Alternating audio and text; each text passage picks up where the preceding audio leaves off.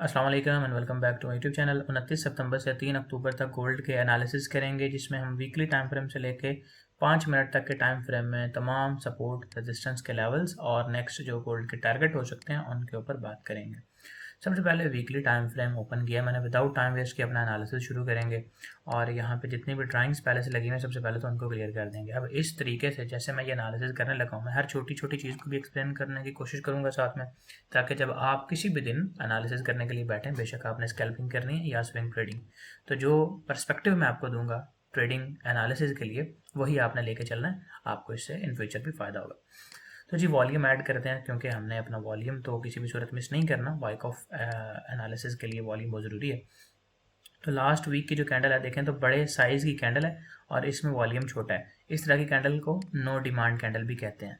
इसके बाद क्या पॉसिबिलिटी होती है?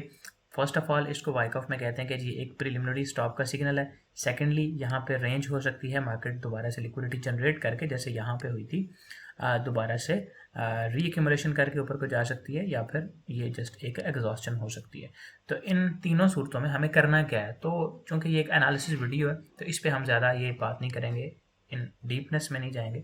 जस्ट वीकली कैंडल हमने देख ली, इसका लो मार्क करेंगे कि यार अगर कोई भी कैंडल इसका लो तोड़ के नीचे क्लोज होती है तो प्राइसेस यहाँ से सेल हो सकती हैं, वरना अगर इसके ऊपर ऊपर रहती हैं या नीचे विक भी लग जाती है, यानी कोई कैंडल अगर मान के चलेंगे इधर एक रेड कैंडल बन जाती है जिसकी क्लोजिंग ये इस तरह से बन गई और ये विक इस तरह लगी, तो भी हम इसको बुलिश ही कंसिडर करेंगे, ऊपर ही जाएगा ये। अगर कोई कैंडल इसके नीचे आके ऐसे क्लोज हो जाती है तो फिर हम ये कंसिडर करेंगे कि प्राइसेस यहाँ से नीचे आ सकती हैं और इस एरिया को टैप कर सकती हैं, जो कि हमारे पास अल्टीमेट एक डिमांड एरिया पड़ा हुआ है। ठीक है जी, तो ये होता है रिवर्सल का रूल। अब वीकली टाइम फ्रेम के अंदर प्राइसेस स्ट्रॉन्ग बुलिश हैं एंड यहाँ पे मैं आपको एक सपोर्ट का लेवल निकाल लेता हूँ जिसको हम आरबीएस एरिया कहते हैं। यानी अगर कोई स्विंग ट्रेडिंग करना चाहे वीकली टाइम फ्रेम में तो मेरे दोस्तों पहला लेवल आपके पास ये है एंड सेकंड जो आपके पास लेवल है वो भी मैं आपको निकाल देता हूँ। सेकंड लेवल आपके पास ये वाला होगा, ये इतना। ठीक है जी, तो ये दो आपके पास बाइंग लेवल्स हैं वीकली में। बहुत एक लंबी गेम होगी। अच्छा, डेली के अंदर हमारे पास यहाँ पे रेड कैंडल के अंदर छोटा वॉल्यूम है और ग्रीन कैंडल्स में बड़े वॉल्यूम आ रहे हैं। अब जिस ग्रीन कैंडल में बड़ा वॉल्यूम था उसका हाई टूट चुका है। हाई टूटा है, जस्ट हाई के ऊपर क्लोजिंग की नेक्स्ट कैंडल है। इसका मतलब ये होता है कि बायर पावरफुल तो थे लेकिन वो सक्सेसफुल नहीं हुए वॉल्यूम बड़ा जहाँ पे लगा उसके ऊपर क्लोजिंग करवाने में। अभी यहाँ पे हम डेली के बाद इसमें भी कुछ मैं आपको निकाल देता हूँ। वीकली में हमने पहले निकाली हैं, चलें इसमें भी हम निकाल लेते हैं अपनी सपोर्ट लेवल्स। ये हमारे पास एक सपोर्ट लेवल है, एक डिमांड का एरिया है एंड ये जो वाइट लाइन है इसको हम अभी यहाँ पे शिफ्ट कर लेते हैं कि जब तक प्राइसेस इसके ऊपर हैं, जब तक प्राइसेस इस वाइट लाइन के ऊपर हैं तब तक हम गोल्ड को बाय करेंगे डिस्काउंट एरिया से। ये जो ग्रीन एरिया मैंने लगाया इसमें से बाइंग करेंगे। अब इसका लेवल क्या है मैं आपको ये भी दिखाने के लिए यहाँ पे ये रे लगा देता हूँ लाइन के बजाय। ठीक है, ये आपको लेवल भी बता रही है कि 36-12 से जब तक प्राइसेस ऊपर है you look for buy. And किस एरिया से बाय करेंगे? ये जो 36-55 से लेकर 36-12 के दरमियान एरिया है, इस एरिया से आप इसको बाय देखेंगे और ये लॉन्ग टर्म बाय होगी लाइक दिस एंड दिस। ठीक है, इन एरियाज तक वापस। तो ये डेली टाइम फ्रेम का एनालिसिस है। अब किसी भी जगह से अगर रिवर्सल आना हो ना तो वहाँ से बड़े वॉल्यूम्स लगते हैं। देखिए ना, ये रेड कैंडल है, एनगल्फिंग क्लोज हुई है लेकिन छोटे वॉल्यूम के साथ, तो ठीक है ये एक सेल का सिग्नल है लेकिन रिवर्सल का बिल्कुल भी नहीं है। अब यहाँ पे अगर आप अपना एक हायर लो मार्क करें कि हायर लो कहाँ पे है, तो आपका जो हायर लो बनेगा ना यहाँ पे इस जगह पे वो ये वाला पॉइंट है ये। यानी इतना बड़ा स्ट्रक्चर है डेली के टाइम फ्रेम में, अगर एक वैलिड हायर लो देखें ना तो वो यहाँ पे बना हुआ है। ना कोई ये हायर लो है, ना ये वाला है, ना ये वाला है। ये 3123 के ऊपर आपका वैलिड हायर लो है। डेली में मार्केट अगर इस तरह आके इस लेवल के नीचे दो कैंडल्स क्लोज करे तब आप कहेंगे कि मार्केट स्ट्रक्चर बेरिश हो गया, वरना इसके ऊपर जो कुछ भी हो रहा है ना ये मार्केट स्ट्रक्चर बुलिश ही रहेगा। ठीक है, यहाँ पे अगर डबल टॉप बन जाता है और प्राइसेस नेक लाइन को तोड़ देती हैं, इस तरह नीचे क्लोज हो जाते हैं, तो ये एक टेम्परेरी सिग्नल होता है वीकनेस का या चेंज ऑफ करेक्टर इसको आप कह सकते हैं, रिवर्सल की बुनियाद पे, रिवर्सल पैटर्न की बेस पे। लेकिन होगा कब ये? जब इसके नीचे प्रेशर आके क्लोज करेंगी तब ये एक प्रॉपर चेंज ऑफ करेक्टर या मार्केट स्ट्रक्चर शिफ्ट माना जाएगा। लोगों को ना एमएसएस और यानी ये जो एमएसएस और ये जो चौक है इसमें भी फर्क नहीं पता होता। तो मेरे दोस्तों जब कोई रिवर्सल पैटर्न बन के उसकी नेक लाइन टूट के प्राइस नीचे क्लोज कर दें, वो सादा लफ्ज़ों में चौक होता है। और जब एक हायर लो या एक लोअर हाई को depending on the direction of the trend prices तोड़ के क्लोज करें, जैसे ये एक मैंने लगाया था, ये वाला पॉइंट एक हायर लो है बुलिश ट्रेंड के अंदर, और ये ब्रेक ऑफ स्ट्रक्चर था हमारे पास लास्ट, तो उसकी बेस पे ये वाला आपका जब प्राइस नीचे आएंगी इसके नीचे अगर आके लेट सपोज अगर क्लोज कर देते हैं तो ये आपका MSS होगा। एंड याद रखें एक MSS एक चौक भी हो सकता है, यानी MSS को आप चौक भी कह सकते हैं, लेकिन चौक को यानी इसको CHOCH जो है इसको आप MSS नहीं कह सकते। बाकी ज़्यादा यहाँ पे बातें लंबी नहीं करेंगे, आगे चलते हैं जी। डेली के बाद हमें डेली में यहाँ पे एक बाइंग अपॉर्चुनिटी नजर आई है। इस सेल की मैं आपको बताता हूँ, अगर यहाँ पे कोई बन रही 4 आवर के अंदर जाता हूँ, 4 आवर में जी हमारे पास एक ऑफकोर्स सेल की अपॉर्चुनिटी बनी हुई है। और ये कुछ इस तरह से है कि प्राइसेस में देखें तो एक क्लाइमेटिक वॉल्यूम लगा है, क्लाइमेटिक कैंडल बनी है ये, ठीक है, बड़ा वॉल्यूम है, नेक्स्ट कैंडल है छोटे वॉल्यूम के साथ बेरिश क्लोजिंग दिया। अब ये जैसे एक राइजिंग मैन पैटर्न होता है ना, या एक ट्वीजर बॉटम पैटर्न होता है, ये उसके अपोजिट है। इसको आप डार्क क्लाउड कवर की तरह लेते हैं, ये सेल का पैटर्न होता है। ये जो 2 कैंडल लास्ट बनी हुई है ना, ये सेल का पैटर्न है, यहाँ से प्राइस नीचे आने के चांसेस होते हैं। पहला टारगेट ये एरियाज, सेकंड टारगेट फिर ये एरियाज, ओके। तो यहाँ से एक 4 आवर के बेस पे जो ट्रेड अपॉर्चुनिटी है वो है एक शॉर्ट पोजीशन। अगर आपको थोड़ा सा ऊपर को रिटेस्ट मिलता है तो चूंकि स्टॉप लॉस को भी मैनेज करना होता है, तो यहाँ पे आपका स्टॉप लॉस होगा 3786 पे और 3773 ये मैं आपको मजीद रिफाइन कर देता हूँ। आपका पहला टारगेट ये वाला एरिया होगा 3732 और सेकंड फिर आप यहाँ पे ये टारगेट ले सकते हैं। और ये काफ़ी अच्छी एक ट्रेड पोजीशन होगी इसमें कि ये आपने एरिया नहीं बोलना, यहाँ पे आपका 37, 35 और 40 के पास फर्स्ट टारगेट इसमें होगा, ठीक है जी। 4 आवर के बाद नीचे सपोर्ट वही है, ऊपर रेजिस्टेंस में आपको अच्छा यहाँ पे एक और चीज़ दिखाऊं कि मोमेंटम भी आप चेक करें कि प्राइसेस का बुलिश बना हुआ है या बेरिश बना हुआ है, तो इधर बहुत ज़्यादा फर्क आया हुआ है। देखें यहाँ पे मार्केट प्राइसेस जो हैं वो तकरीबन पिछले हाई से थोड़ी सी नीचे हैं, लेकिन इधर अगर आप देखें तो ये कितना ज़्यादा फर्क है, इतनी ज़्यादा नीचे आई हुई हैं, तो बहुत ज़्यादा फर्क है मेरे दोस्तों ये। तो इधर से आपको स्कैल्पिंग की सेल अपॉर्चुनिटीज़ काफ़ी सारी मिल सकती हैं। यानी ये जो बना है ना 4 आवर में एक डार्क क्लाउड कवर वाला सिग्नल, ये इसके बाद आपको सेल अपॉर्चुनिटी स्कैल्पिंग के लिए मिल सकती है बहुत सारी, ओके। सो अभी हम क्या करेंगे 1 आवर में जाएंगे इधर से, ठीक है। मोमेंटम भी हमने देख लिया, काफ़ी ज़्यादा फर्क आया और इधर भी हमारे पास बिल्कुल ये एक ग्रीन कैंडल बना के उसको प्राइस ने तोड़ा हुआ नीचे को, तो ये एक एरिया ऑफ रेजिस्टेंस 1 आवर में भी है जी, एरिया ऑफ सप्लाई के लें इसको, तो यहाँ से आपको एक सेल की स्कैल्पिंग अपॉर्चुनिटी मिल जाएगी। आपने यहाँ पे कोई सिग्नल देखना है, कोई सेल की इनगल्फिंग कैंडल, कोई शूटिंग स्टार, कोई इवनिंग स्टार टाइप चीज़ देख के 3 मिनट या 5 मिनट में आप इस पर ट्रेड लगा लेंगे। और ये लेवल का जो जोन है ये आपके पास बन रहा है 3772 से 3784, तो जोन थोड़ा बड़ा है, इसमें आपको जारी बात है फिर मैनेज करना पड़ेगा अपना लॉट साइज वगैरह अपने अकाउंट के हिसाब से ही। यहाँ पे नीचे एक जो एरिया ऑफ डिमांड बना हुआ है, अब देखें ना, अब आपको लगेगा कि यार ये भी, अब अक्सर लोग यहाँ पे ट्रैप होते हैं कि ये वाली सपोर्ट लेनी है, ये वाला एरिया सपोर्ट लेना है या ये वाला लेना है।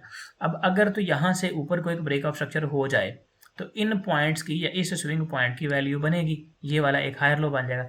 लेकिन अभी ये चूंकि इंटरनल स्ट्रक्चर के अंदर है, यानी देखें ना एक इस तरह से स्ट्रक्चर चल रहा था, प्राइस नीचे यहाँ पे रेंज हो रही है। अब आप कहेंगे जी यहाँ से कौन सा इंपॉर्टेंट है, ये वाला या फिर ये या फिर ये, इनमें से कोई भी इंपॉर्टेंट नहीं है, ये सारा का सारा इंटरनल स्ट्रक्चर है। आपने देखना होता है एक्सटर्नल स्ट्रक्चर है, यहाँ से अगर सपोर्ट आई थी तो किस वजह से आई थी, इस जगह पे जो डिमांड है ना आपने इसको इंपॉर्टेंस देनी होती है, इस इंटरनल स्ट्रक्चर को बिल्कुल भी नहीं देखना होता, ठीक है। अच्छा यहाँ पे अगर आप लोग कोई डेली बेस पे इंस्ट्रक्शंस लेना चाहें, कोई मेरा व्हाट्सएप ग्रुप बेसिकली ज्वाइन करना चाहें, तो ये मैं आपको कुछ शॉर्टकट सा बता देता हूँ।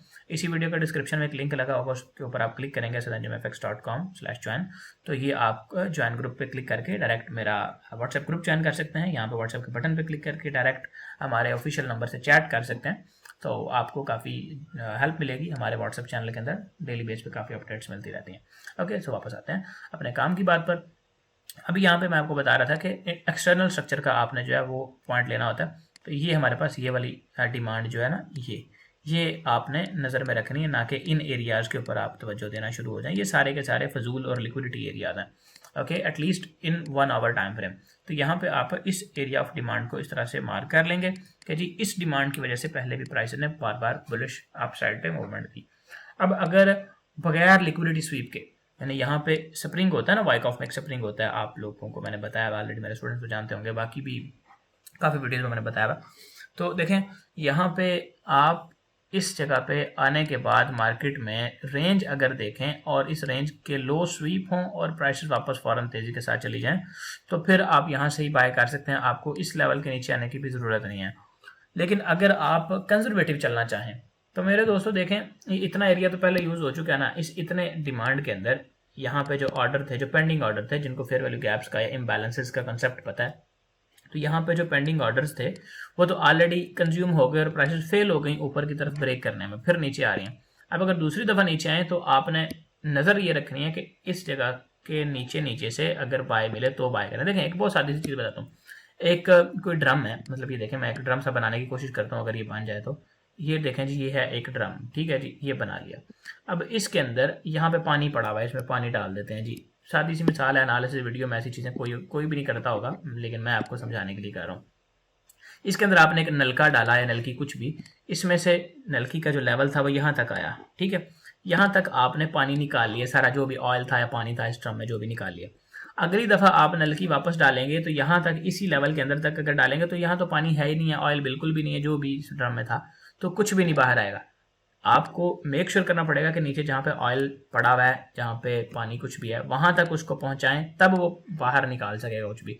यही सेम कंसेप्ट यहाँ पे ऑर्डर ब्लॉक या डिमांड एरियाज में होता है। इतना एरिया तो इसका पहले यूज हो चुका है ना, अब मेक श्योर ये करना है कि प्राइसेस वापस उस एरिया के नीचे आए, यहां से कुछ निकलेगा, यानी यहां से बाइंग होगी। इस इतने एरिया में तो पहले जो था वो निकल चुका है, यूज हो चुका है, और अगर इस एरिया में इतनी पावर होती तो यहाँ से ही प्राइसेस ऊपर जा चुकी होती है, यानी ब्रेकआउट स्ट्रक्चर कर चुकी होती है, ठीक है। तो ये बहुत ही सादा सा कंसेप्ट है कि जी ये इतना एरिया इसका यूज हो चुका है। ये जो यहाँ पे मैं व्हाइट लाइन लगा रहा हूँ 37-17 या 37-18 का लेवल है, इसके नीचे नीचे इसमें पेंडिंग ऑर्डर मौजूद हैं। प्राइसेस अगर आपको यहाँ से ये सेल मिलती है तो इसका मतलब पहला टारगेट आप ये वाला 37-17 तक का, 18 तक का भी ले सकते हैं, ठीक है।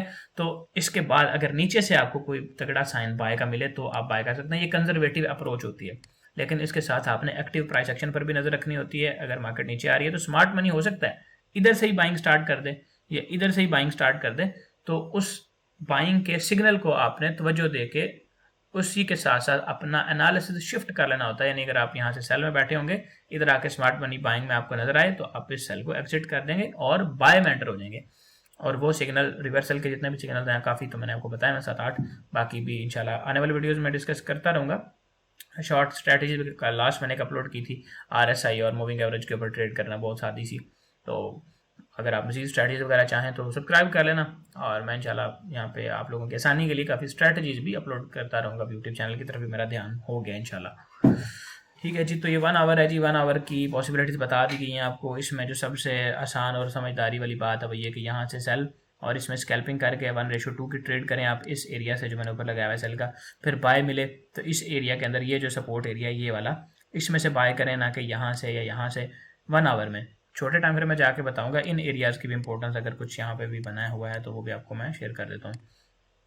30 मिनट में आते हैं, एंड 30 मिनट के अंदर हमारे पास एक break of structure, internal break of structure है, एक्सटर्नल नहीं है, ये वाला इंटरनल ब्रेक ऑफ स्ट्रक्चर है। अब ये कहाँ से हुआ है?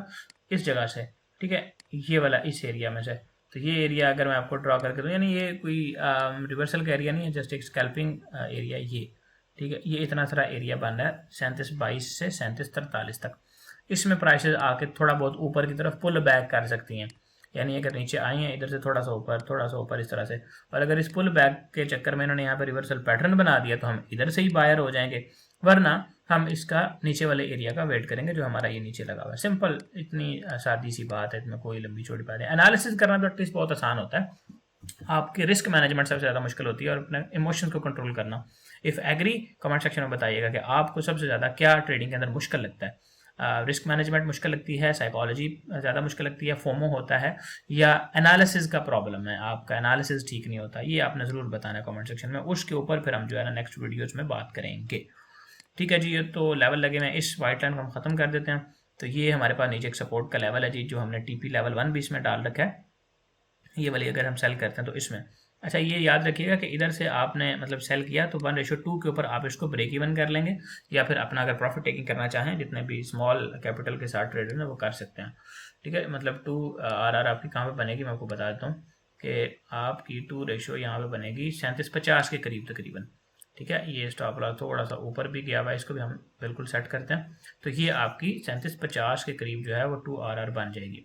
या 5 मार्केट जाती है, आप सेल करते हैं इधर से, इस तरह सेल करते हैं, तो ये आपकी 2RR इधर कंप्लीट हो जाएगी। बाकी एनालिसिस अभी यही है कि मार्केट नीचे मजीद इन एरियाज तक आने के मतलब 80% चांसेस हैं, लेकिन इस दौरान आपने इन सारे एरियाज में ये जो लिक्विडिटी पूल्स हैं वॉल्यूम के ऊपर नज़र रखनी होगी। जहाँ से स्मार्ट मनी एंटर होते हुए नजर आए वहीं से आपने अपना एनालिसिस शिफ्ट कर देना, और स्मार्ट मनी के साथ चलने की आपने 100% कोशिश करनी है कि आप स्मार्ट मनी के साथ हों। अगर आप अपोजिट चलेंगे तो nobody can make profits by placing trades opposite side to the smart money। तो ये आपको बड़ा केयरफुल रहना होता है। अच्छा, 15 मिनट के अंदर है जी हमारे पास एक डबल टॉप लगा हुआ है। इसको अगर आप देखें तो ये एक डबल टॉप ही लगा हुआ है लाइक दिस। ठीक है, पुल बैक कह लें डबल टॉप। इसमें भी मतलब सेल के सिग्नल ऑफ कोर्स, तो सेल ही के ज़्यादा चांसेस हैं। तो ये जो मैंने पीएनएल लगाया हुआ वही सेम एनालिसिस जो 30 मिनट वाला था। अच्छा जी, और यहाँ पे कुछ है 5 मिनट के अंदर, ये एक डिमांड एरिया है ये वाला, यानी यहाँ से प्राइस ऊपर जा सकती हैं वापस, लाइक इधर रेंज रेंज करके इधर से ऊपर। तो इस एरिया के अंदर जाके फिर हम अभी 3 मिनट और 1 मिनट में वेरीफाई कर लेते हैं कि यहाँ से सेल करना मुनासिब रहेगा या नहीं। और इस सेल की ट्रेड को जो हमने यहाँ पे पीएनएल लेकर लगाया हुआ है, इसको मजीद हम क्या करते हैं, रिफाइन कर लेते हैं, छोटा एरिया बन जाएगा। अब देखें ना, ये वही चीज़ है जो मैं आपको पहले बता रहा था कि MSS एक होता है, एक चौक होता है। अब ये वाला जो है ना, ये देखें, ये इसकी नेकलाइन थी, ये इसने डबल टॉप लगाया और ये इसको नेकलाइन को तोड़ दिया यहाँ पे। अब ये चौक हो गया, ये वाला जो है ये चौक हो गया, लेकिन ये एक MSS नहीं है। MSS के लिए कम से कम इसको इसके नीचे आना पड़ेगा, इस लो के नीचे, क्योंकि हम अगर माने कि ये एक इंटरनल ब्रेकअप स्ट्रक्चर है इस तरह से बॉस, तो ये इसका हायर लो आता है ना, प्रेशर को इसके नीचे आके क्लोज करना पड़ेगा, फिर ये एक सेल साइड पे स्ट्रक्चर शिफ्ट होगा। अदरवाइज ये जस्ट एक चौक ही है, चौक की वैल्यू कम होती है, MSS की वैल्यू ज़्यादा होती है। हाँ, अगर आप इन सब को डीपली सीखना चाहते हैं, वॉल्यूम को और साथ में वाइकॉफ को, स्मार्ट मनी कॉन्सेप्ट्स को, ICT के सारे कॉन्सेप्ट्स जो मतलब मेन चीज़ें जो काम करती हैं, ऐसा नहीं है कि आपको 100 चीज़ें पढ़ा के बाद में कहें जी 2 काम करती हैं। तो फिर आपको ये मैंने जो लिंक दिखाया ना पहले, इस पे आप आके बैचलर एडमिशन पे क्लिक करके अपना एडमिशन कर सकते हैं। बल्कि आप ऐसा करें कि ये जो व्हाट्सएप का बटन नीचे लगा हुआ है, इस पर डायरेक्ट चैट करके टीम से पहले कोर्स की डिटेल्स वगैरह ले लेना, देख लेना क्या सीन चल रहा है। बाकी आप वेबसाइट पर खुद भी देख सकते हैं, लाइव कोर्स मेंटरशिप वाला सेक्शन में यहाँ पे। तो आपको इसमें ये सारी चीज़ें सिखा दी जाएंगी, आप खुद अपना एनालिसिस वगैरह कर सकेंगे, और किसी की मोहताजगी से बंदा बच जाता है जब अपना एनालिसिस करना आता हो और सारे रूल्स पता हो। और हमारे कोर्स की यूनिकनेस ये है कि जितने भी हमारा कोर्स कंप्लीट करते हैं स्टूडेंट्स, उनको हम अपने साथ लाइव VIP ग्रुप में ऐड करते हैं, जहाँ पे डेली लाइव ट्रेडिंग होती है।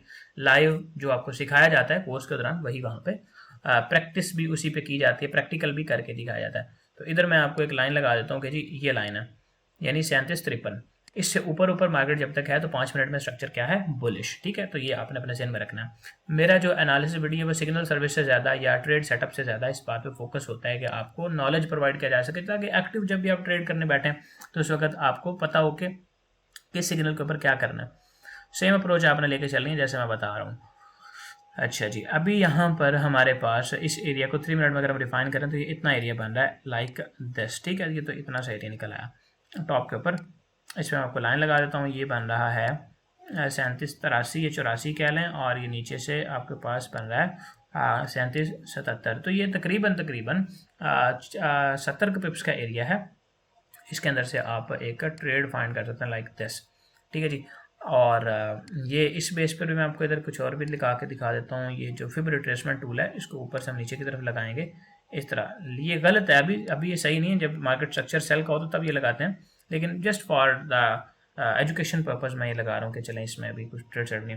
तो देखें इसका भी जो प्रीमियम एरिया ना ये निकल रहा है 0.6 और 0.7 के दरमियान वाला।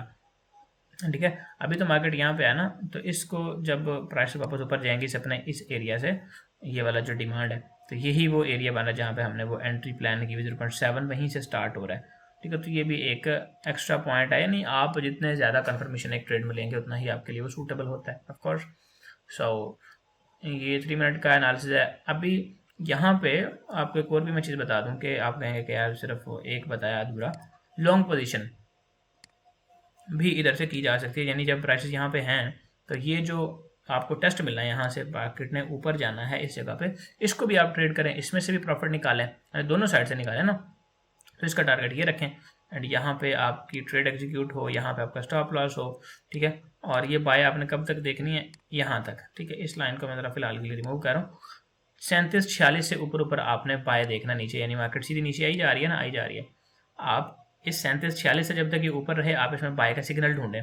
जैसे ये एक बड़े वॉल्यूम से ग्रीन कैंडल एनगल्फिंग लगी हुई है, ठीक है, ये इस तरह का हैमर कोई बड़े वॉल्यूम के साथ लग जाए, आपको मॉर्निंग स्टार मिल जाए इस एरिया के अंदर, तो आप इस इतने एरिया में, सारा है जो इतना एरिया, इस इतने एरिया के अंदर आपने इसमें बाय देखनी है और उसका टारगेट आपने रखना है ये 37-77, 37-80 वाला एरिया, ठीक है जी। यानी 37-46 और 37-55 के दरमियान से आप बाय देखेंगे, उसका टारगेट रखेंगे 37-80 और 37-75 के दरमियान, ठीक है। तो ये आज का हमारा एनालिसिस है। उम्मीद है कि आपको चीज़ें समझ भी आई होंगी और आपने इनको ग्रास्प भी किया होगा। And one more important thing कि प्राइसेस यहाँ से जब आप देखें कि पैटर्न बना के बाय जा रही हैं, फिर इस जगह पे भी पैटर्न बन के ही जब आपको सिग्नल मिले तब सेल करना है। ऐसे ही इस जगह पे जाके सेल नहीं कर देना। अगर सिर्फ यहाँ से ऐसे रेंज करते करते आस्ता आस्ता स्लो स्लो ऊपर जाएं तो फिर आप यहाँ से छोटे मोटे सिग्नल पे भी बिलीव करके सेल कर सकते हैं। लेकिन अगर रिवर्सल पैटर्न बना के ऊपर जाएं, इनवर्स हेड एंड शोल्डर बना दें या कुछ भी इस तरह का, या बड़े वॉल्यूम्स लगे नीचे या एक्यूमुलेशन में कोई शेकआउट्स वगैरह लग के प्राइसेस ऊपर जाएं, तो फिर आप यहाँ से सेल करने से गुरेज करेंगे, क्योंकि गोल्ड इज ऑलवेज बुलिश। सो वो जो 4 आवर का एक छोटा सा सिग्नल था उसकी बेस पे हम एक स्कैल्पिंग सेल या एक इंटरडे बेस एक्सपेक्ट कर रहे थे, ठीक है। तो काफ़ी लंबी वीडियो हो गई है, बस ठीक है, इसको क्लोज करते हैं। अपना ख्याल रखें, take care, goodbye and अल्लाह हाफिज़। और सब्सक्राइब कर लीजिएगा अगर आपको नेक्स्ट स्ट्रेटजीज वाली वीडियोस चाहिए इंशाल्लाह। अभी मैं वो यहाँ पे अपलोड करना शुरू करूँगा। Take care.